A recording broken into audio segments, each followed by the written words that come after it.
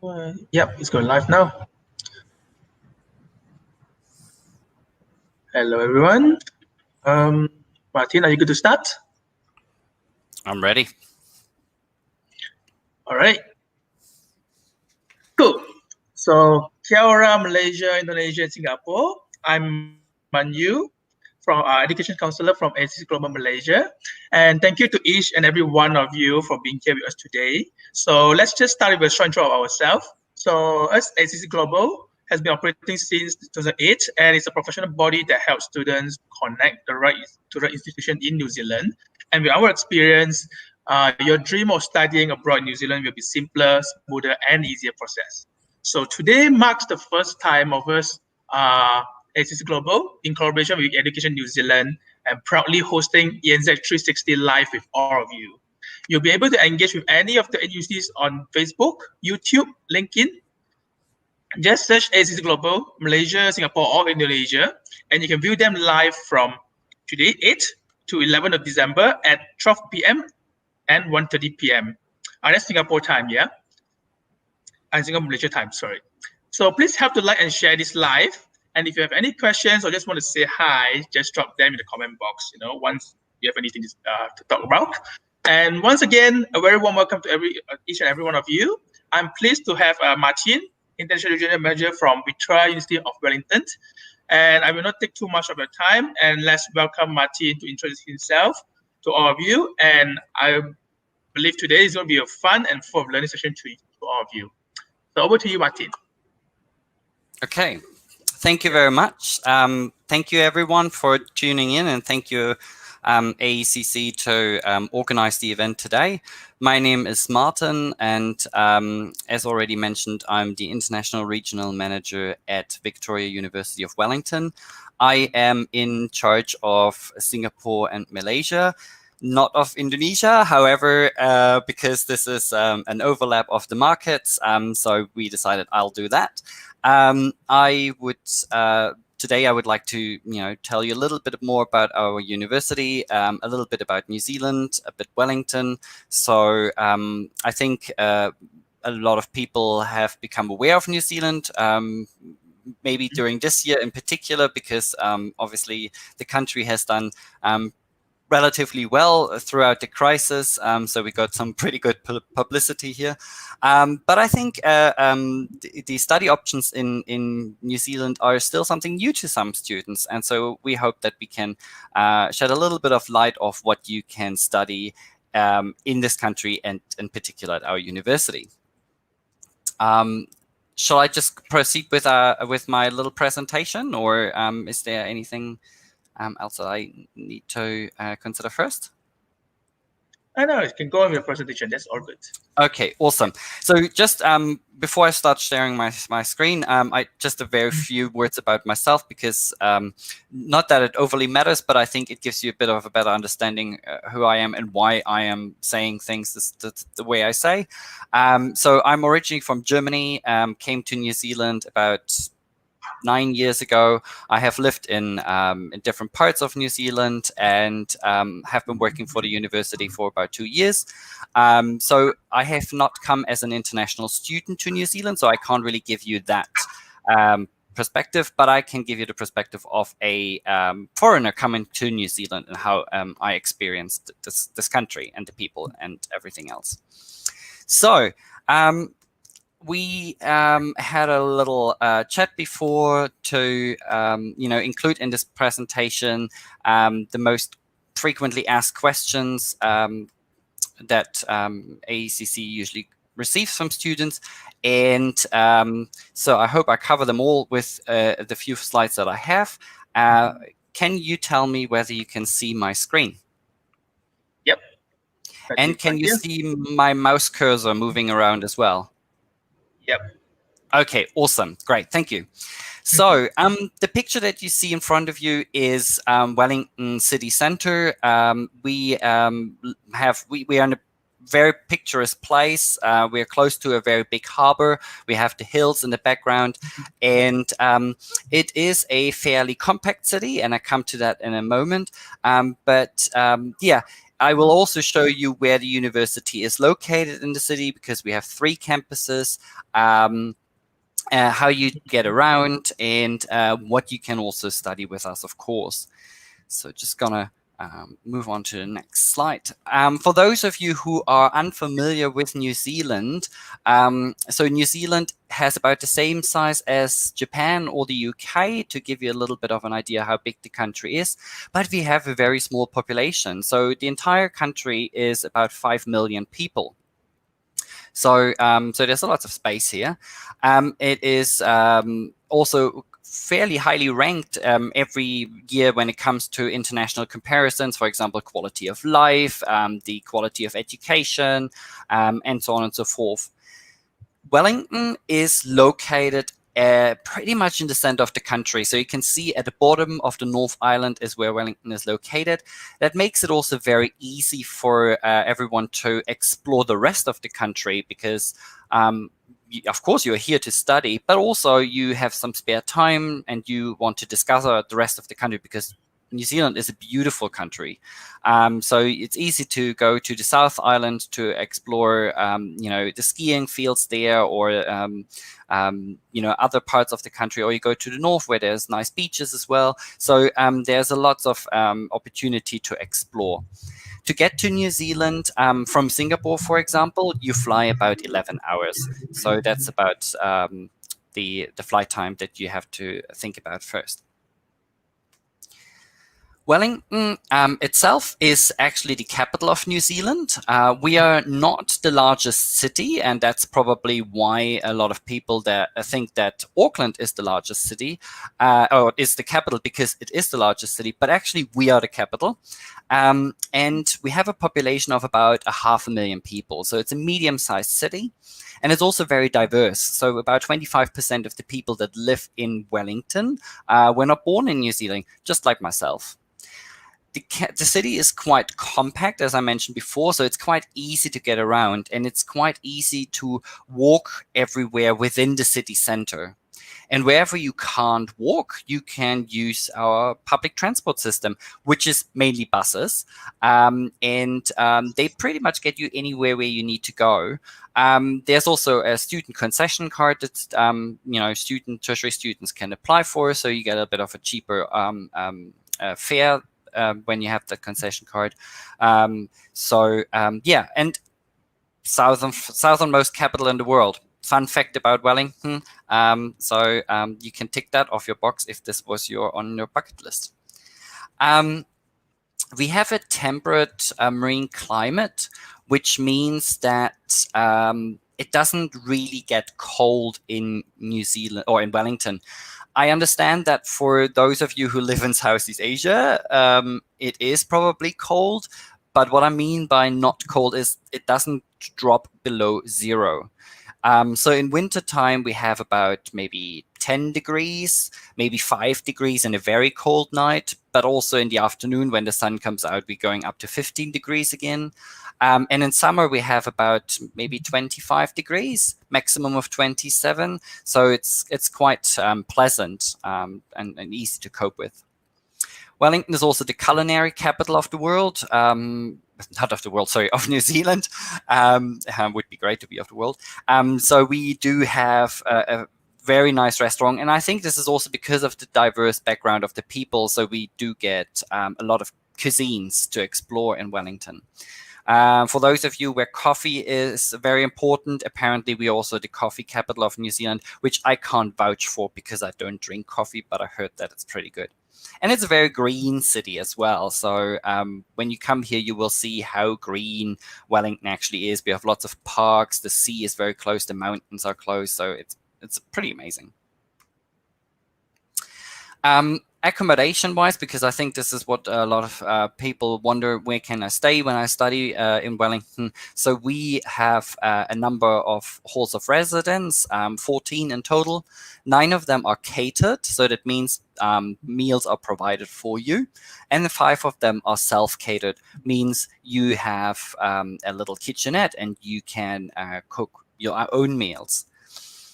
When you go into a catered hall, almost all dietary requirements can be catered for. So if you require halal food or vegetarian food, or you don't you can't eat nuts or anything like that, so that all can be catered for. The bigger halls that we have, so our halls vary in size, and the bigger halls can also cater for alcohol-free floors or female-only floors if this is required. The accommodation is actually based in the city center, so it's very easy to be in the city, but also to have access to the campuses. So they're all within walking distance from your accommodation.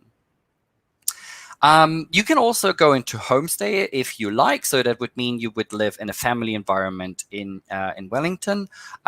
It's not so much of a popular choice for the degree students, but if this is what you like, then definitely go for it. We can also accommodate under 18 students. If you go into a hall of residence, that would limit you to the catered halls. Living expenses, obviously there is a requirement from Immigration New Zealand, which is for visa purposes, that is 15,000 New Zealand dollars. New Zealand dollars is not American dollars, is not Australian dollars, it's New Zealand dollars, it's a bit cheaper. So just look it up online what the exchange rate is at the moment. A realistic living expense for a year is between 17 and 20,000 New Zealand dollars, but that really depends on your lifestyle. We have some students, they explore the whole country during that time when they are with us. So obviously they need a little bit more money.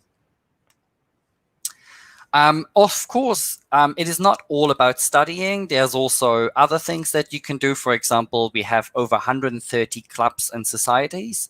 If you have a hobby that you would like, excuse me, a hobby that you would like to continue, or if you want to try something new, I'm quite sure we have something in store for you. And all the clubs and societies present themselves to you during your first week on campus. Also, we have a very interesting leadership program, the Wellington International Leadership Program, for example, that is free of charge. It is self-paced. It helps you to stand out from the crowd, and it helps you to connect with other students, as well as to do some networking. The program is open to all disciplines, to all levels of studies, and it's open to international and domestic students. That's quite unique in New Zealand, this program. So if you're here, definitely look it up, because I think it's a really cool thing to do. So, and I think before we continue, we would like to show oh no, sorry, I have one more slide. Sorry, take it back. Our support services. So we offer a wide range. This is really just a selection, but we have an arrival arrangement. So when you arrive in Wellington, you will be picked up from the airport and taken to your accommodation. We also have health and well-being support. We have a medical center on campus. So if you fall sick, then you can access our medical center. There are nurses, doctors, counselors there. We have a gym as well, or on 2 campuses we have gyms. We have a pharmacy on campus. So there is really a lot of support for you should you fall sick. Also visa and insurance. So if you need to renew your visa, or if you maybe broke the microwave in your apartment, then we can help you with an insurance claim, for example. We offer career development. So we look into CV writing, interviews, techniques. We run little career expos to connect you with possible employers, and so on and so forth. The last one that I would like to touch on is academic support and academic monitoring. So if you are struggling with an assignment, for example, then you can book appointments with academic support. It's called student learning. They can help you to look into what you need to do. They give you some brainstorming to get you going, and it's free of charge. So definitely pick it up if this is required. And there are so many more services available to you, but I think those are the ones that most students often ask us about. So that's just want to point out. So now I think we would like to show a quick video. Kia ora and welcome to Victoria University of Wellington, New Zealand's globally ranked capital city university. Ranked within the top 2% of the world's 18,000 universities, we have a proud tradition of academic excellence stretching back more than 100 years. Our vision is to be a world-leading capital city university and one of the great global civic universities. Located alongside the seat of government, we are ideally positioned to speak truth to power and to lead thinking on major societal, cultural, economic and environmental issues. Our staff and students enjoy privileged access to the nation's archived heritage and benefit from our strong and unique links with government, the judiciary, the diplomatic community and business.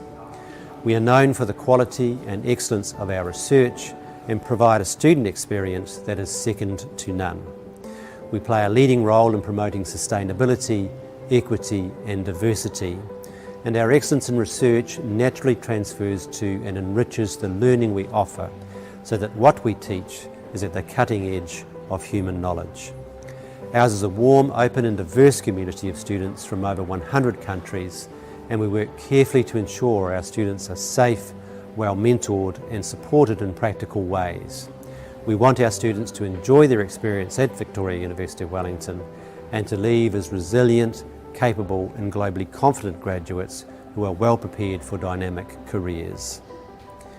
Wellington is located in the geographic, political and cultural heart of New Zealand. It is a vibrant and welcoming city. It is a great place to live and study. It is packed with leaders, with creators, with thinkers, with dreamers, with doers and with lovers of life, and the opportunities here are limitless. Whether in purpose-built halls of residence right in the centre of the city or in other accommodation, our students find Wellington a place they can easily make friends and quickly feel at home. I encourage you to explore our website to find out more about our university and all that we have to offer. Ngā mihi nui.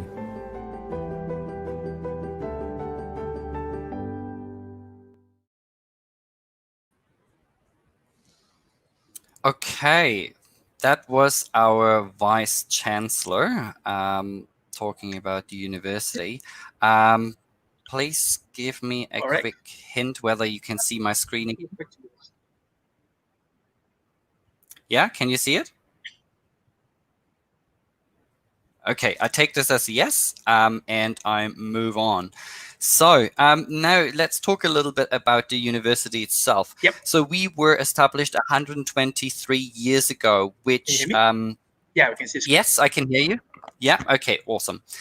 So 123 years ago, we were established, and it's not a very long time if you look at other places in the world, but you need to remember that New Zealand was the last landmass in the world to be populated. So for New Zealand standard, 123 years is quite old. It is a public university, like all universities in New Zealand, and our student body is about 22,000 students strong. In normal years, we have about 3,700 international students. Normal years, I mean when there's no COVID, so obviously this year the numbers are a little bit less. We are also a comprehensive university, so that means we teach undergraduate programs, postgraduate programs, and PhD programs. As the Vice Chancellor said in the video, we are very strong in research. So we actually came out on top for research intensity in New Zealand twice in a row. So that is assessed every 6 years, and we got it twice in a row. So it makes us very proud, obviously. We also have very strong connections to the government, to leading bodies, national organizations, ministries, industry. So we are very well positioned in New Zealand. To give you an idea, when you look at the picture and you see the roundish building there, that is actually our parliament. And when you look across the road, there's this building with the red roof. That is our law school. When you look to the left and there's a building that is half cut off by the picture, that is our School of Business and our School of Government. So, and when you look to the right of the red roofed building, there is the Supreme Court. So you can see that we are very well connected and embedded in Wellington City. Sorry, just going here. Now I want to show you where our campuses are located. So our main campus is Kelburn campus, which is on the top of the hill. You don't really see it in the picture, but maybe you remember the first slide. It goes up the hill a little bit, and this is where the main campus is located. To the left is Pipitia campus, which is our School of Government and Law School that you just saw in the previous picture. And to the right is our creative campus, Tearo campus, which is architecture and design. To give you an idea about the distances, I can walk from Pipitia campus to Tearo campus in about 25 minutes. But I'm tall, I have a long stride, so for other people, might take a little bit less or a little bit more. But you can also take public transport, for example, a bus between the campuses. Our accommodation is actually within that triangle of those three campuses. So I hope you can see my mouse cursor. There is a longish building right here next to the sporting field. That is one accommodation, for example. You see that boxy building right next to Kelburn campus. That is another accommodation. So it can be that close to campus. So, you know, you fall out of bed and you're in your classroom. But most of our accommodation buildings are actually along that strip between Pipitia and Tearo campus. So as I said, very easy to access the city as well as the three campuses as well. Here you see just a few more pictures about the campuses. On the top left, our main campus. To the right is our creative campus, and the bottom two is to the bottom left is the School of Government and Business School, and to the right is our law school. In terms of rankings, we do pretty well. I mean, all 8 universities in New Zealand do pretty well. Consider that we're such a small country, we do exceptionally well. We are in the top 2% in the world out of about 18,000 universities, and we have subjects that are in the top 100 and in the top 1% in the world as well. And I already mentioned before that we are really good at our research intensity. Also, a few of our programs and faculties have accreditations that are outstanding. So, for example, our business school has the Triple Crown accreditation. What that means is the 3 institutions that you see listed there, they rank business schools across the world of universities. And only if you meet all the requirements from those 3 institutions, and they're quite rigorous, then you get something called a Triple Crown accreditation. There are only about 90 universities in the world that have that accreditation, and we are one of them. Makes us very proud.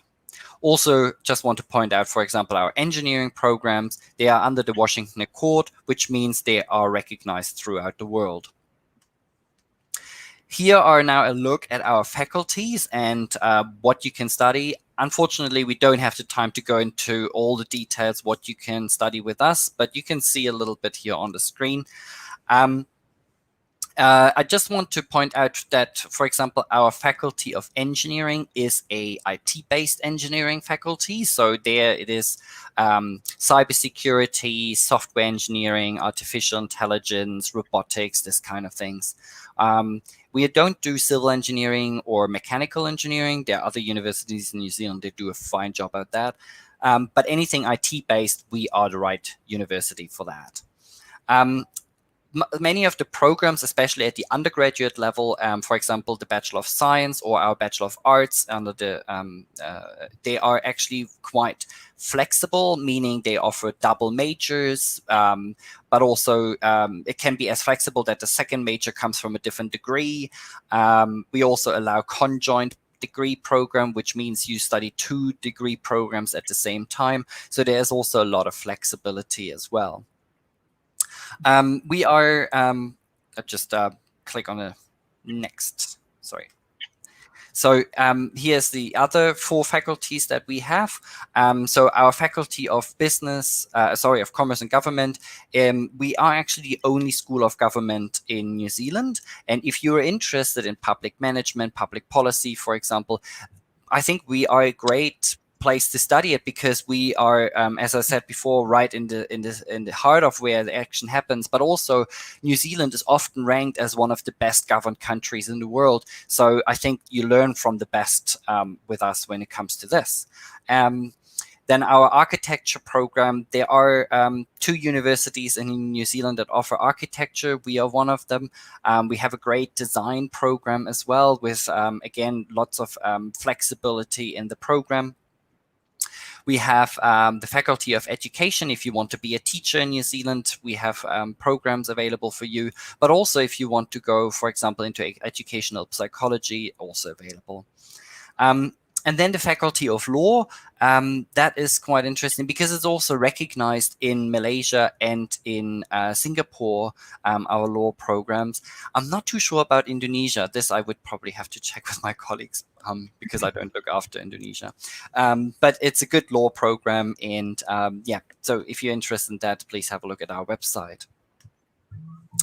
If you are a little bit further into your studies already and you are looking at a PhD program, then New Zealand is actually the perfect place to study this, because in New Zealand you don't pay international fees for PhD programs.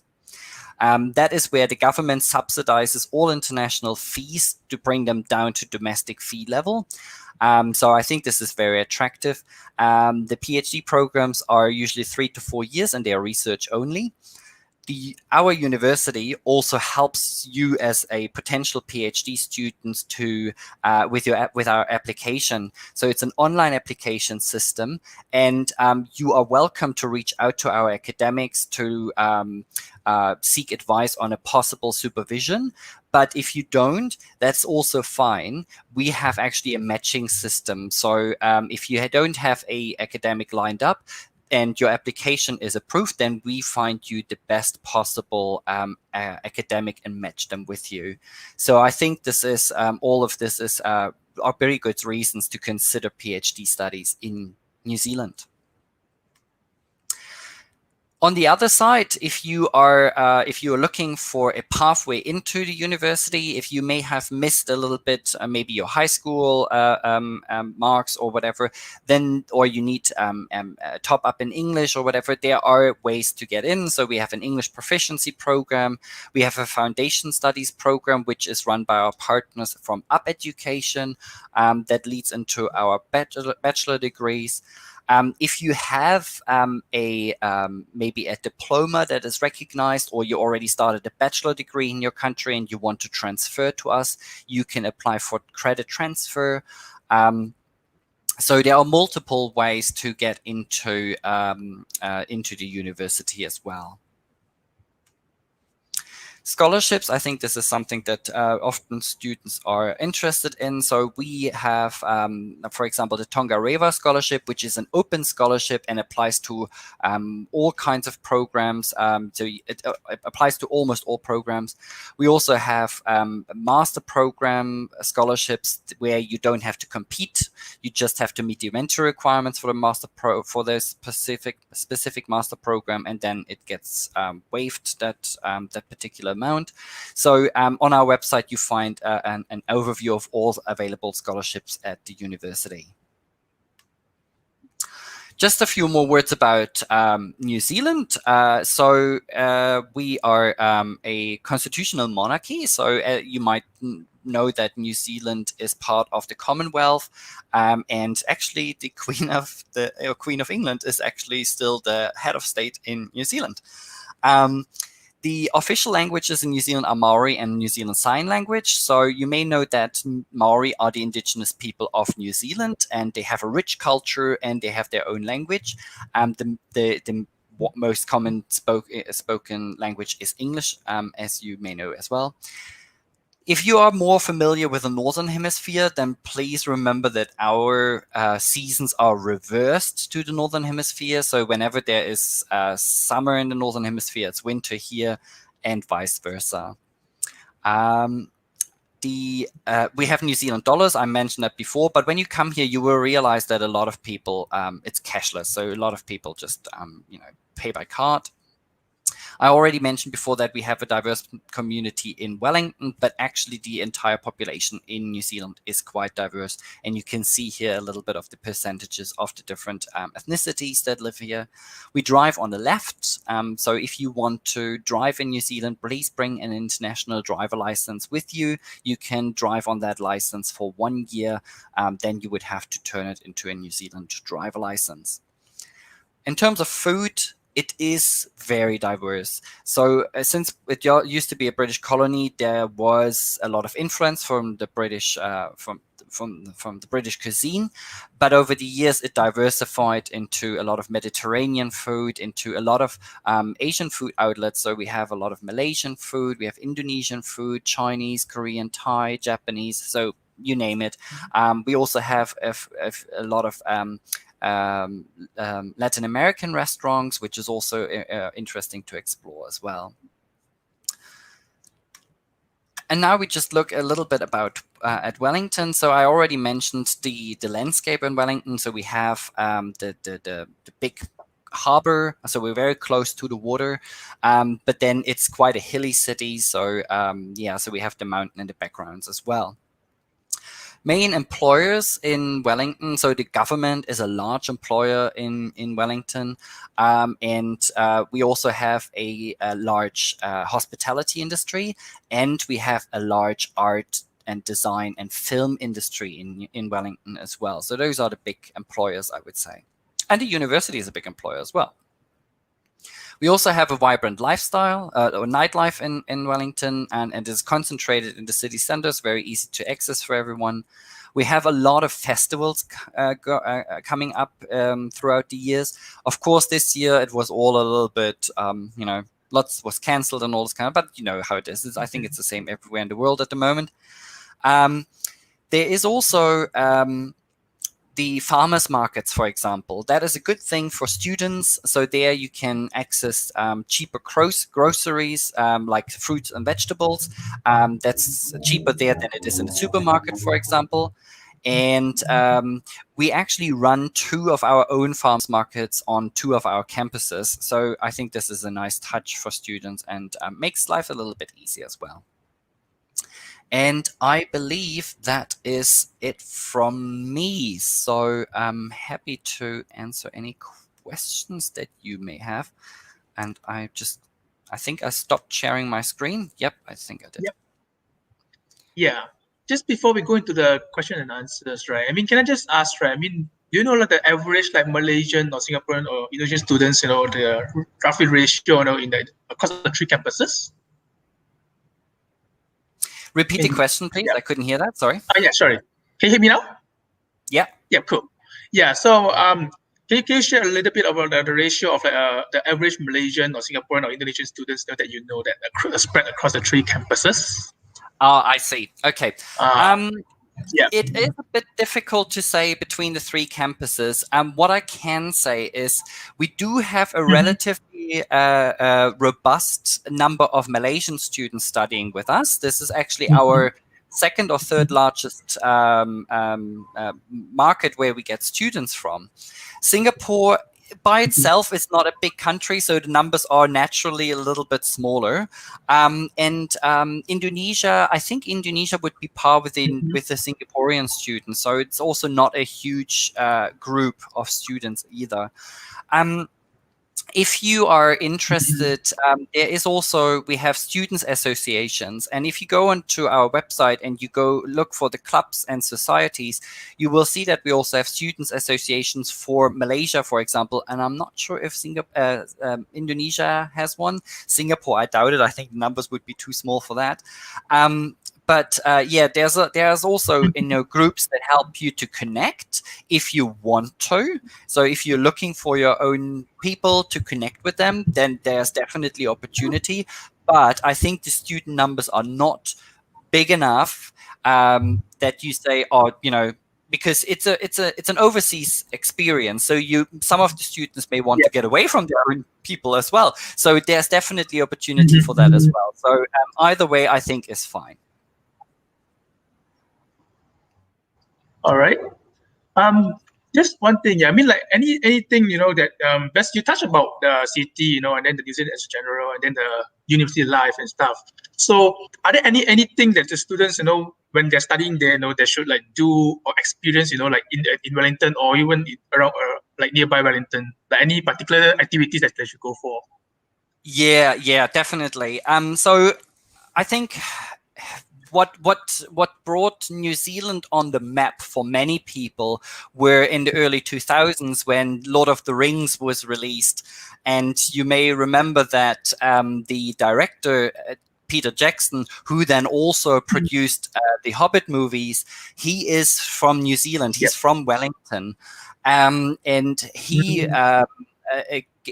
he created a massive movie industry here in Wellington. So it's not just Lord of the Rings and The Hobbit, it's also Avatar and Man of Steel and Avengers. So they all, Veta Workshop, that is the company that he founded, they are all involved in all those movies. So if you come here and you're a bit of a film buff, then you should definitely go and visit their workshop. It's quite interesting. What you should remember is that, or what you should know is that New Zealand is definitely an outdoor country. So we do have shopping malls here, but they are not like those shopping temples that you get in Asia. So they are just a mall where you get what you need. But I think definitely the experience and the activities happen most of the time outdoors. So, and this is something definitely that students should explore, and that is across the country. So I mentioned already earlier that we have skiing fields, mainly in the South Island, but there's also one skiing field in the North Island that you can reach in a 4 hours drive from Wellington. So long weekend, here you go. There are beaches. We have nice tropical beaches. We have really good surf spots in Wellington, in New Zealand as well. Wellington, not so much, but if you drive a little bit north. And then also, just delve into the culture, learn about the Maori culture as well. So we do have a something that's called a pofri, which is a Maori welcome, which all of our international students are welcome to join at the beginning of their studies. They will be welcomed to a marae, which is a meeting ground. And then they learn a little bit about the background and the culture and the language, which I think is just an interesting thing to do. There are so many things that you can do, and definitely join some clubs, and they have so many activities going on, trips going somewhere. So I think this is probably the easiest way to learn about things that are worth to see. And also, there might be things that I don't know because I might have moved on from that age where you go out a lot. So maybe there are new things that I don't know, but people in the club definitely know things about that, and they will tell you. All right, that's pretty good. All right, now we can go to the questions from the live audience. There's quite a number here. Let's go to the first one. How long is the flight from Malaysia to Wellington? Because I think earlier you mentioned about Singapore, right? But it's about 11 to 12 hours. Depends a little bit on every time, but yeah, roughly to 11 to 12 hours from Kuala Lumpur into Auckland.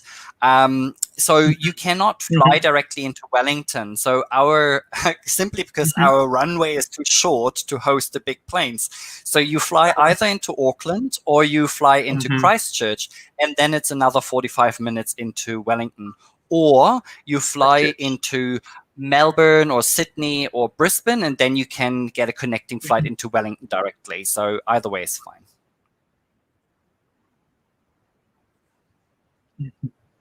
All right. There's a question about any prerequisite for engineering, and the student is doing A-levels at the moment. Okay, so the thing is, our undergraduate programs are are created in a way that we don't have any specific requirements for this faculty or that faculty. So when you have your A levels, for example, or you do IB, or you do a national qualification that is recognized, and you meet those requirements, then you can go into any undergraduate program in our university. So we do not stipulate that you have to study this subject or that subject to go into engineering or to go into architecture or whatever. It's all the same. Also, architecture and design, they don't require portfolios to enter their first year programs. The only thing that has a different requirement would probably be a performance-based program. So, for example, a Bachelor of Music. There you would need to go through an audition, which can be a recorded audition. But other than that, the requirements are all the same. All right. That's pretty clear. Next question is, anything to be aware of when applying for a post-study work permit visa? Okay, yes. So there are a few things that you need to consider because especially at the moment, we do offer online studies for many of our programs. And a post-study work visa, you can apply for this when you have studied at least 30 weeks of the program in New Zealand. So if you are, for example, if you want to start a bachelor degree online, that should be fine because it's usually a 3 years program, and we assume that COVID will be over by the time you move into your second or third year. But if you look at a postgraduate program, for example, a master program, they can be as short as 1 year. There it might be difficult you need to navigate that very carefully, that you don't study too much online, because online study is not recognized as the weeks that you require to apply for a post-study work visa. Should I just quickly talk about the post-study work visa itself? It is a 3-year visa after you have completed, for example, a bachelor, master, or PhD program. And in that 3 years, you can apply for any job to support yourself. And in that time, you can look for a job that is relevant to your studies. And once you have a job in that area, then you can also move on to other visa types as well. Yeah, just to add on a little bit on the question, does the university assist with the application for the visa? For the post-study work visa or in general? Yeah, the post-study work visa. Does the university give any sort of assistance on that? Immigration New Zealand has quite comprehensive information available, and I don't think we can lodge the application for you. We can assist you a little bit with some questions that you may have, but the students have to lodge that application themselves in the end. And you need to do that within 3 months after you have completed your degree. Okay, that's pretty clear. All right. Then we go to the next one. This is from, I guess, a prospective student. I mean, she's interested to study masters in mass comm. And then could you tell me what is good about the master in communication at UW? Okay, cool. So, so the Master of Communication is a fairly new program for us. So we started this program, I think, when was it? Maybe last year or the year before. Oh God, time goes so quickly, so I can't really remember. But anyways, we would usually look for a bachelor degree in communication or media studies or any discipline that is related to that area. Professional experience in communication are not compulsory, but obviously they are beneficial. They're always beneficial. And it is, you don't need to identify a supervisor. It is, that is not necessary. if you can choose between a research project and an internship. If you do go for the research project, then a suitable supervisor will be allocated to the students, so they don't have to do that themselves. The faculty will do that for them. So yeah, and it's mainly a taught masters, although you can have that small research project in the program, and you can usually complete the program within 1 calendar year. Is there like a difference, if the student goes for a research project or internship? Is there like one better than the other? No, it just depends a little bit on your preference. So the internship is not guaranteed because it obviously depends on the time of the year and with how many internship places are available, and so it can be a bit competitive depending on the cohort. But some students don't want to do internship; they prefer a research project, and they both bear the same credits. So it doesn't really matter in terms of the outcome as such. It is just a different experience. All right. The next one, I guess this is going to be a tricky question because it's any. I guess this one should be fine because I was a bit aware of when applying for postgraduate visa. I guess you answered this earlier, pretty much, isn't it? Yeah. So I just have one more little comment on this. Is I think in order to get a job in New Zealand, and I think that applies to any country in the world, is first of all, do your networking while you are at university. So talk to as many people as possible, tell them what you're doing, tell them when you will graduate and with what you will graduate, because if people don't know about you, they can hire you. Also take advantage of the services that the university offers, like the CV writing or interview skills and so on and so forth. And if you are unfamiliar with maybe a Western employer or employment in a Western country, I think what they want to see is that you have graduated from a good university with a good and suitable program. But what they also want to see, and this is probably equally as important, is who are you? What else can you contribute? Do you speak another language, or do you have any other skill that are useful for that employment? So this is probably also something that employers want to see. And for example, our leadership program ends up on the transcript. So this is another thing that helps you to stand out from the crowd and helps you to network as well. Yeah, that's very good. At least there's a lot of add-on services or the services that are available in the university that student can go and engage. Yeah. So the next question is, I guess this will be pretty tricky, like I said. Where it's talking about any updates on the borders for New Zealand, and then if I study online for February, will I get priority to enter New Zealand when the border reopens? So if I start online, does it get priority? So that's an interesting question. So first of all, we do not know when the borders will reopen. So for those of you who are not aware of the situation, of the COVID-19 situation in New Zealand, we closed our borders very early. We only had about a handful of cases in New Zealand, and this is when New Zealand closed the border. And we went into a very strict lockdown for about 6-7 weeks. With those measures, we actually managed to stomp out COVID-19 in New Zealand. So we then had a little research once, and we do get new cases at the border because New Zealanders are still allowed to return. So we get cases at the border, but they are all in managed isolation. So at the moment in the community, we do not have COVID-19. So that means we also have no restrictions whatsoever.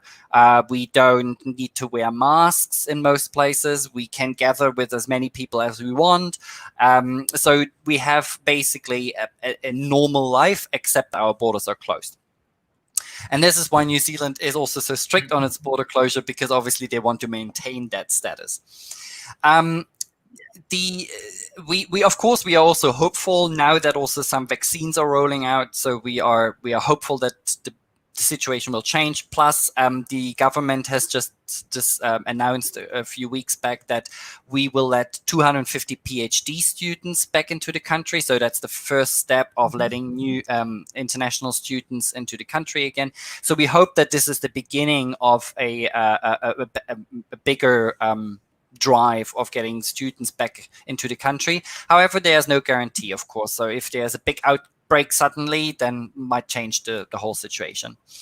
In terms of the online studies, as I said, so we do offer some programs online, not all of them. Of course, those programs that have a lot of field trips and lab sessions and all this, that it's too difficult to put that online. But those that we do or offer online, students can start studying them. We do not have influence on who will be prioritized for the visa. I assume that Immigration New Zealand would say, okay, those students who are already in a program should come first, but we have not heard anything from Immigration New Zealand about that yet. Simply, I think, because they don't really have a specific date when we will actually start letting students back in. So I think once this happens, I think then there will be an announcement made about that. But at the moment, I cannot guarantee that. All right, noted on that. I'm not too sure if the next question you'll be able to answer, because it's talking about what is the most popular program for students from Indonesia. Oh no, I don't know. It really. Yeah, I'm not too sure if you are. I think in general, business is always popular. It doesn't matter where you go. Business is always a very popular choice. But then again, it really depends where your passion is and what you want to be in the future, and where you want to be in the future as well. Do you want to stay in New Zealand and find a job here? Do you want to go back to Indonesia, find a job there? I think this is how you should make the decision on what you want to study. And again, if you are unsure what you want to study, and especially in the undergraduate programs, as I mentioned before, many of them are quite flexible and they allow you to do double majors, so you can cover a lot of bases as well. And if you are interested and you are happy to study 1 or 2 more years, you could do 2 bachelor degrees at the same time as a conjoint degree if you want to cover even more bases than that. Otherwise, send me an email and I could find out what's popular in Indonesia. All right, but just in general, right? Just talk about Southeast Asia, right? Other than business, are there any particular programs that they're more into? I mean, that there are more students that will apply for it. Just in general for Southeast Asia. Okay. I think we do get quite some interest in our law program, for example, from Singapore. We do get also quite some interest in our science programs. So marine biology has picked up over the last couple of years, and conservation biology. But also we have data science and artificial intelligence and actuarial science, which not many universities offer. And this is an interesting program, especially, if you want to analyze risk from banks or insurance companies or governments. That's a fantastic program. And then there are the classics like Master of Professional Accounting, for example. It's a very popular choice. Architecture, always good as well. So it really depends where you want to go. Sorry, not a straightforward answer. That's all right. I mean, at least you get a rough idea, which are the ones, the pretty good ones that students will go for. Yeah. I guess I want to skip the last question, mainly because last question is also talking about the qualification of Indonesia. I guess this one you may need to email back to faculty to ask about that. Yeah. So other than that, I guess we are done with the questions. Yeah. So okay. before we end the whole thing, I mean, do you have anything, to add on, like to summarize the whole presentation, or any like particular tips, to share with students, to really how to prepare to study in New Zealand or in Wellington in general? I mean, in particular, sorry. Yeah. Okay. I think New Zealand is often a bit underrated because obviously, we have a big brother next door, Australia, that is, much more known. The UK had a lot of influence in the region, so a lot of people know about UK and so on and so forth.